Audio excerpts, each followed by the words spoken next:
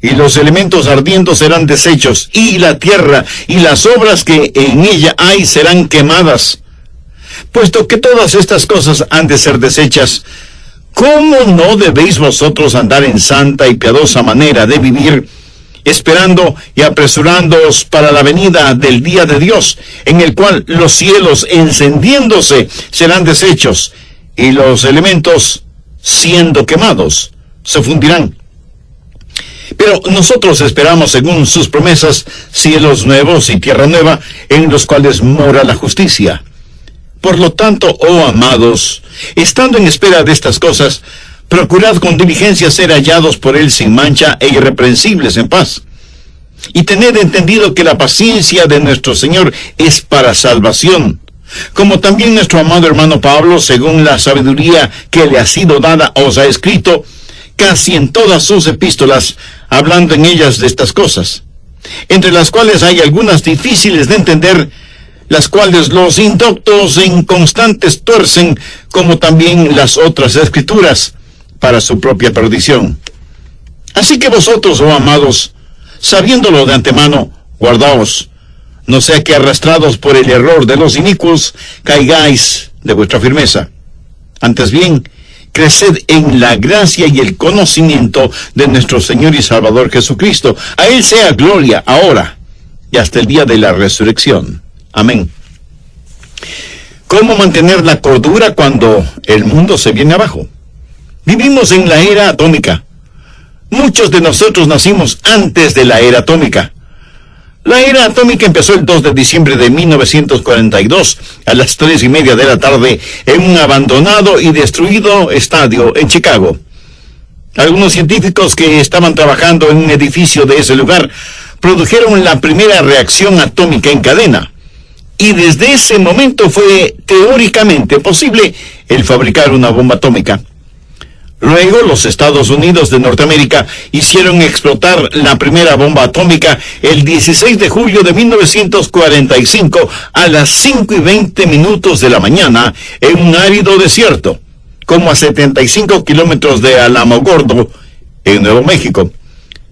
La bomba fue puesta sobre una torre enorme con vigas de acero de casi 30 centímetros de espesor, y cuando explotó la bomba, esa torre fue totalmente desintegrada y pedazos de su estructura, lanzados como proyectiles al aire, se elevaron hasta una altura de 10 kilómetros. Cuando el polvo y el humo de la explosión se desvanecieron, solo había un cráter de 20 metros de profundidad y casi 1.700 metros de longitud. Y en 6 kilómetros a la redonda de donde estuvo la torre, la tierra estaba calcinada y la arena se había derretido, convirtiéndose en vidrio. Así llegó la era atómica y la bomba atómica a nuestro mundo. La primera bomba atómica fue lanzada sobre la ciudad de Hiroshima. Muchos seguramente recuerdan ese día, agosto 6 de 1945, a las 8:15 de la mañana. Esa bomba tenía casi 5 metros de largo y una circunferencia de casi 2 metros. Y un peso de aproximadamente 10.000 libras. Era una bomba de uranio identificada como U-235. Debía ser detonada sobre Hiroshima, una ciudad de 350.000 habitantes. Cuando la bomba explotó, casi 70.000 personas murieron instantáneamente. La mayoría de los edificios de la ciudad fueron totalmente destruidos o severamente afectados, tanto que no pudieron ser utilizados nuevamente y fueron demolidos. Luego, el 1 de noviembre de 1952, los Estados Unidos hicieron explotar la primera bomba de hidrógeno. Esto se hizo sobre una pequeña isla del Océano Pacífico. La isla tenía casi 2 kilómetros de longitud, y cuando explotó la bomba, casi desapareció del mar, dejando un hueco de 65 metros de profundidad en el lecho del océano. Se dice que una bomba de hidrógeno tiene más poder detonador que todas las bombas que fueron lanzadas sobre Alemania y Japón durante la Segunda Guerra Mundial. Y ahora los científicos han desarrollado la bomba de neutrones, que es, por lo menos hasta el momento, lo máximo en armamento nuclear, porque deja muy poco residuo radioactivo. La idea con la bomba de neutrones es la siguiente. Una vez que se ha lanzado la bomba y el enemigo ha sido destruido, las tropas terrestres rápidamente pueden entrar en el territorio bombardeado porque habrá poca o ninguna radiación. Y si alguien me pregunta, pastor, ¿vamos a presenciar algo como eso? ¿Se van las naciones a armar de tal manera que la sociedad como la conocemos va a ser vaporizada en una guerra atómica? Sí y no. Será una explosión atómica, pero no será ningún hombre el que apriete el botón, sino Dios mismo. Está descrito aquí en el verso 10. Pero el día del Señor vendrá como ladrón en la noche, en el cual los cielos pasarán con gran estruendo y los elementos ardiendo serán deshechos. Note aquí la palabra elementos, que serán fundidos por un fuego intenso. La palabra griega traducida aquí habla de los componentes que conforman la materia. Y yo creo que aquí Dios está hablando de la estructura atómica del universo. Los elementos, los componentes de la materia serán deshechos y los elementos ardiendo serán deshechos. Y deshechos es otra palabra interesante que significa desatar, desamarrar o despegar.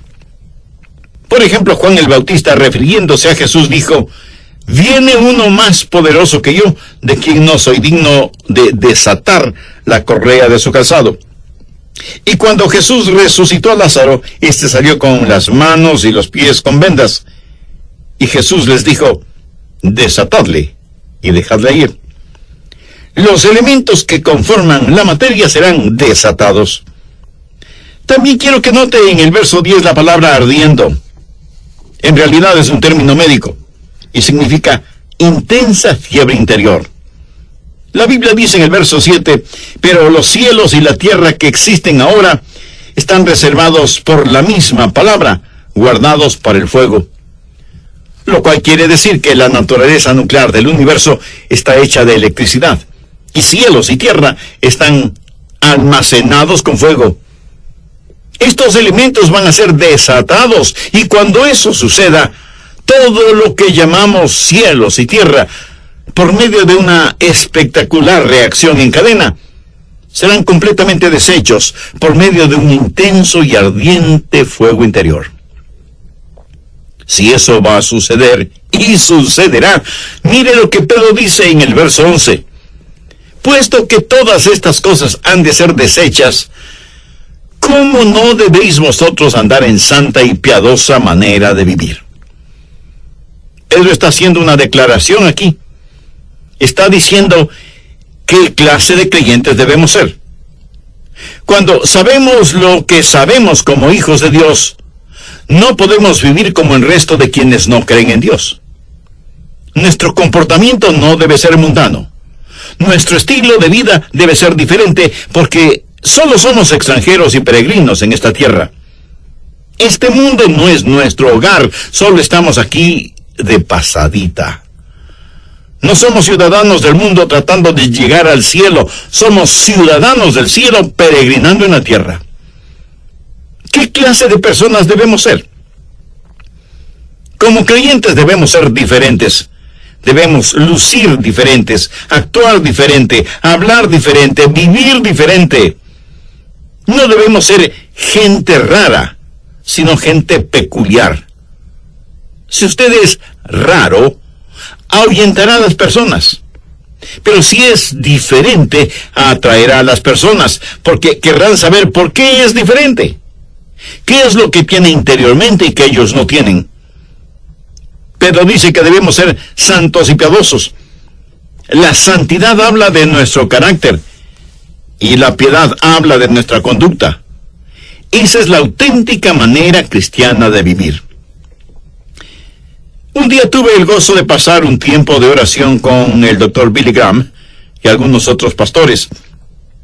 Estuvimos en una pequeña sala y pasamos todo el día en oración. Nunca voy a olvidar lo que entonces dijo el Dr. Graham.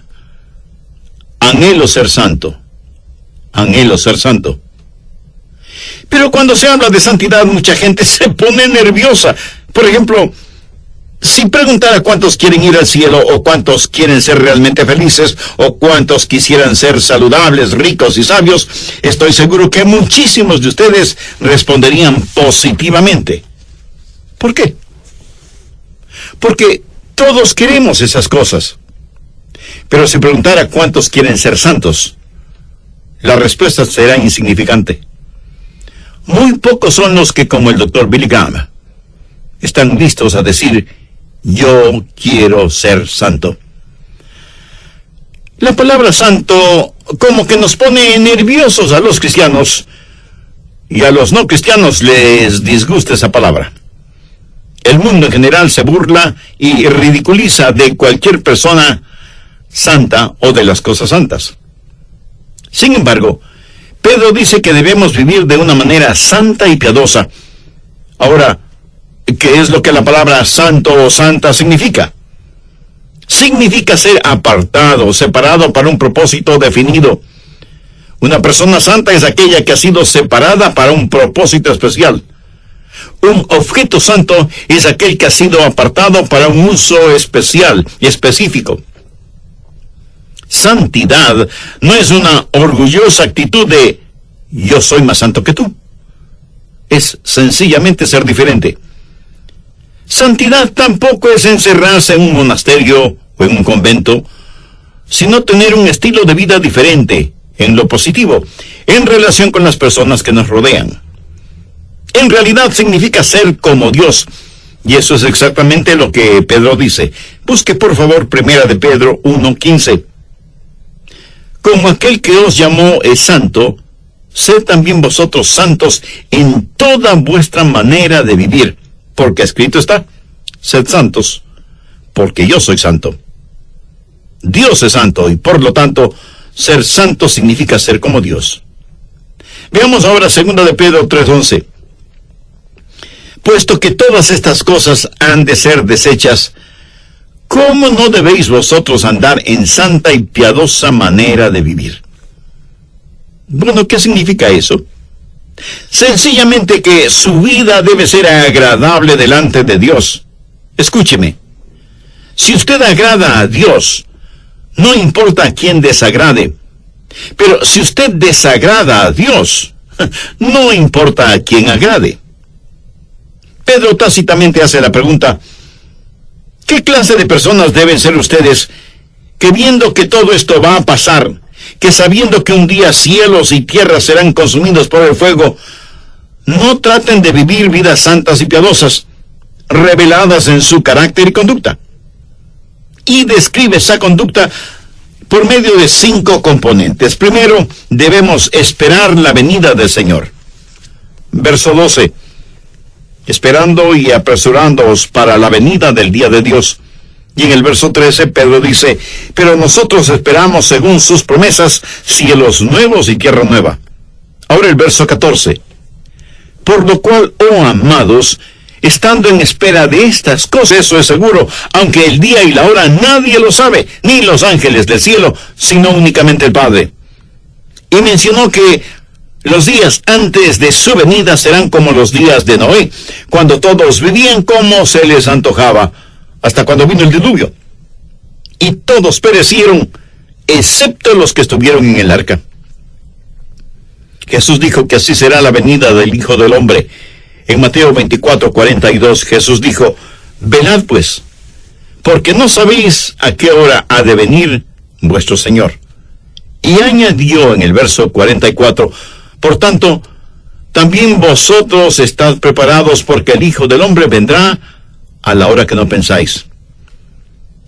Alguno de ustedes dirá: pastor, yo no creo que Jesús venga hoy. Bueno, mi amigo, esa es la mejor señal de que Él podría venir, porque Él vendrá justamente cuando menos le estemos esperando. Por eso Pedro dice que debemos vivir a la expectativa y debemos vivir en forma santa y piadosa. Por favor, busque Lucas 12, verso 35. Estén ceñidos vuestros lomos y vuestras lámparas encendidas. ¿Sabe lo que Jesús está diciendo? Está diciendo que hay que estar listos para viajar. Verso 36. Vosotros sed semejantes a hombres que aguardan a que su señor regrese de las bodas, para que cuando llegue y llame, le abran enseguida. O sea que nosotros somos como siervos esperando por nuestro Señor, para que cuando Él regrese de la boda y golpee la puerta, nosotros le abramos inmediatamente. Lucas 13, los versos del 37 al 46. Bienaventurados aquellos siervos a los cuales su Señor, cuando llegue, los halle velando. Quiere decir que están atentos, esperando su regreso. Esta es su promesa.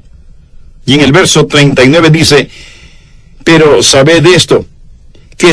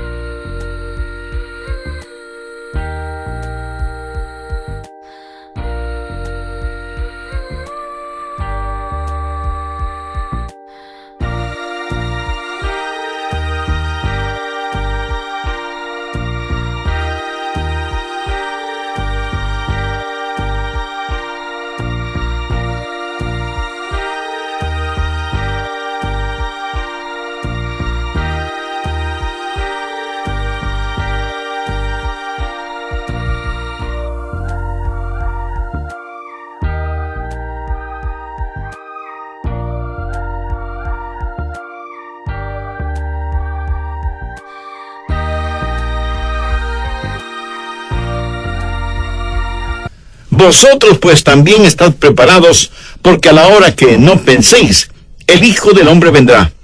Entonces Pedro le dijo, Señor, ¿dices esta parábola a nosotros, o también a todos? Simón Pedro estuvo presente cuando Jesús dijo estas cosas, y el Señor le contestó, ¿quién es el mayordomo fiel y prudente al cual su Señor le pondrá sobre su casa para que a tiempo les dé su ración?